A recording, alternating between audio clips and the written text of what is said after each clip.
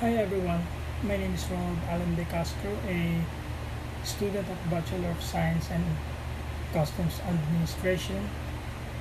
Today, I'm gonna discuss to you the glossary of terms and annexes or the CMO 22-2010 or the Revised Customs Port Operations Manual. So the objective of this are we're able to see and hear and understand the glossary of terms and annexes in CMO or the number 22-2010. So this will be all the terms that I will be discussing to you. First is the ballast. Ballast is a heavy cargo which is loaded on board a vessel or aircraft merely for the purpose of making it steady to enable it to synchronicity of other cargo. The berth. Berth is the part of the pier or wharf that is occupied by a vessel and may lie at anchor or at a dock. Next will be the bill of lading. Is a transport document for ocean freight issued by shipping lines, carriers, and international freight forwarders or non-vessel operating for common carrier. The next will be the bond, an instrument designed chiefly to guarantee the integrity and honesty of the principal, his ability, financial responsibility, and his compliance with law or contract, a guarantee of performance. Next will be the brick book. The brick book. Brick book, a non-containerized cargo which is grouped or consolidated for shipment and broken down or subdivided into utilized cargo, such as pallets are packed in bags or boxes. The next is the bulk. Bulk is a liquid or dry goods shipped in bulk, not packed or bundled in separate units. Include commodities that are loose or in mass and required to be pumped, shoveled, scooped, grabbed, or forked during loading or unloading. The next is the cargo manifest. Is a declaration of entire cargo, the object of which is to furnish the customs officer with a list to check against to inform our revenue officers what goods are being brought into the country and provide a safeguard against goods being brought into this country on a vessel and then smuggled ashore. In maritime law is a record of statement in writing carried by a vessel. The next will be the carrier. It means the person actually transporting goods or in charge of or responsible for the operation of the means of transport. The next will be the custom clearance. It means the accomplishment of the customs formalities necessary to allow goods to enter for home use, warehousing, transit, or transshipment, or to be exported or placed under another customs procedure. The next will be the coast-wise ports. These are such domestic ports as are open to coast-wise trade only. This will include all ports, harbors, and places not ports of entry. Next is the container freight station. So it means normally a warehouse or transit shed adjacent to the container yard used for sorting and storage of container cargo both for import and export. The next will be the containerized cargo. So this cargo stopped inside a container van with the external dimension and ratings enumerated in series of ISO 668-1976, which are specially designated to facilitate ready handling, particularly their transfer from one mode of transport to another without intermediate reloading. The next will be the divanning. Divanning transfer of a cargo from one container to another container. The next is the Discharge Port Survey or the DPS. It is a report issued by an accredited cargo surveying company or the ACSC for bulk or break bulk cargo after the conduct of survey at the port of discharge. The dry dock. So dry dock means a from which the water can be temporarily excluded in order to effect repairs to hulls and keels of ships or vessels. And then the next one is the in cargo. And cargo is an entrusted shipment of merchandise or articles from abroad. The next is the foreign trade. Foreign trade is the commercial interchange of commodities between different countries, export or import trade.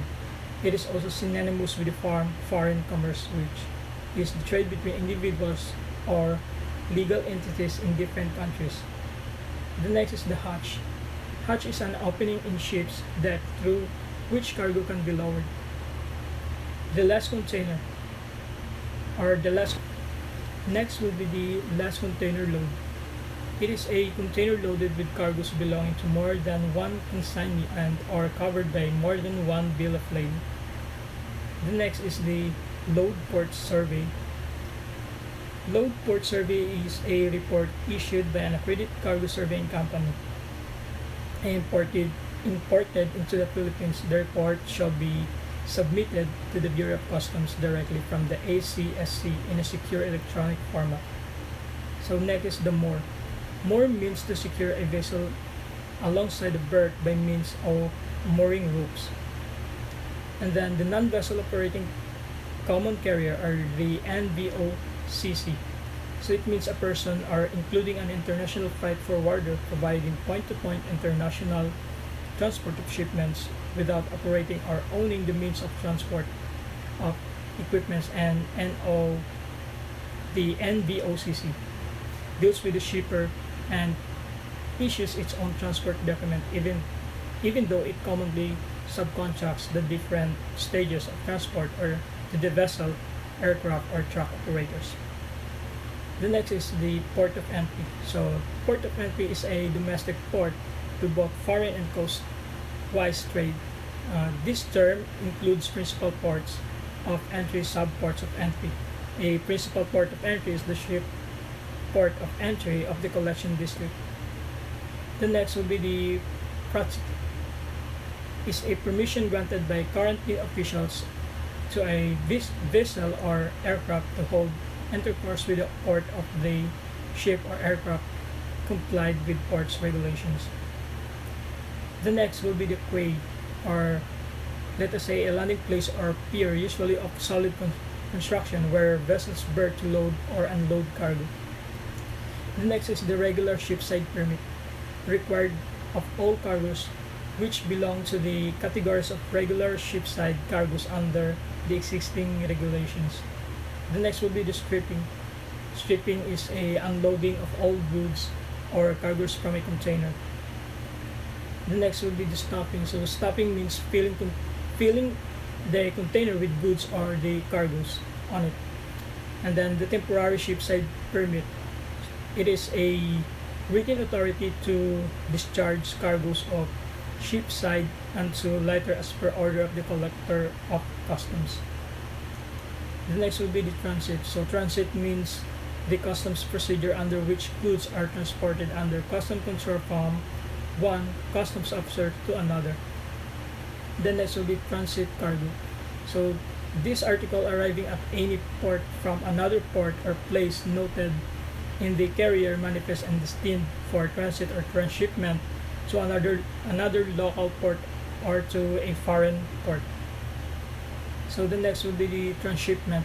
So transshipment means the custom procedure under which goods are transferred under control or under customs control from the importing means of transport to the exporting means of transport within the area of one customs office, which is the office both the importation and the exportation.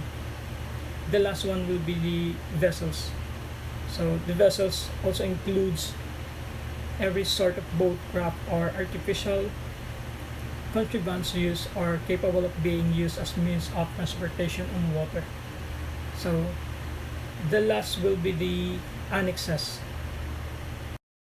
So the annexes is it's like a attachment or an add larger or a more important, it is a form of permits and clearances. So now I will be showing to you the different format or the different format of these permits or the clearances. So I'm gonna show you I'm gonna show it to you on the slides.